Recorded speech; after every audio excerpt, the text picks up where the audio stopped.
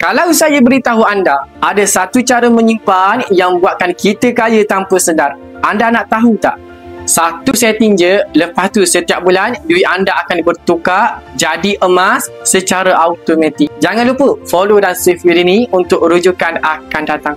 Auto debit gap ni sebenarnya konsep simpanan paksa. Setiap bulan sejumlah nilai minimum RM100 pun boleh akan dipotong terus dari bank anda dan tukarkan kepada emas dalam akaun gap.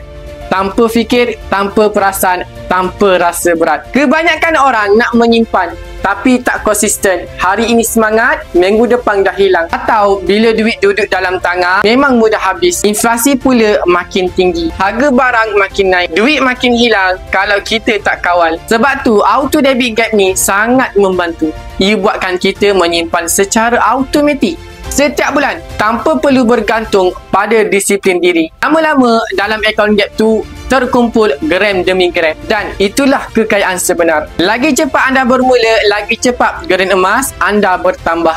Kalau tangguh, anda rugi 2 kali. Nilai duit terus jatuh, harga emas pula makin lama makin tinggi. Jadi, siapa yang mula awal, dia yang menang. Mulakan dengan jumlah kecil, RM100 sebulan pun dah cukup untuk bina tabiat dan bina simpanan. Biar sistem bekerja untuk anda.